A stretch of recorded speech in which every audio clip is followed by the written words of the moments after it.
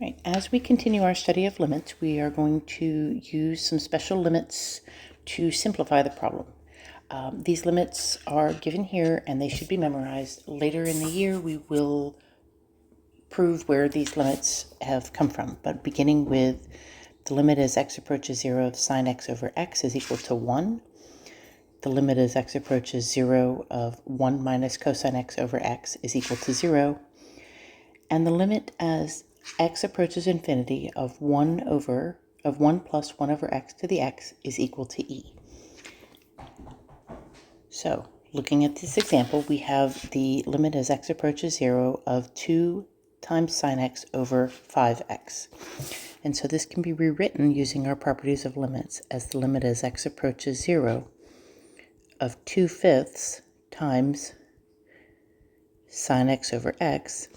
We know that the limit as x approaches 0 of sine x over x is equal to 1, and so then this limit is just 2/5. So, looking at example B, we have the limit as x approaches 0 of cosine x times tangent x over x. And so, limit as x approaches 0, we're going to rewrite cosine x tangent x as cosine x times sine x over cosine x over x. And so this is then the limit as x approaches 0 of sine x over x, which we know is 1. Looking at example C, we have the limit as x approaches 0. We're going to write this as sine x over cosine x over x. So this is the limit as x approaches 0 of sine x over x divided by x, or sine x over cosine x times 1 over x. And again, we can rewrite this as the limit as x approaches 0 of sine x over x times 1 over cosine x.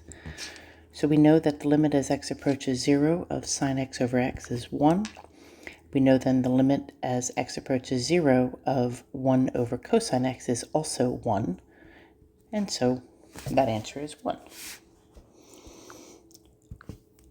Looking at example at D, using our properties of limits, this is the limit as x approaches 0 of sine x over x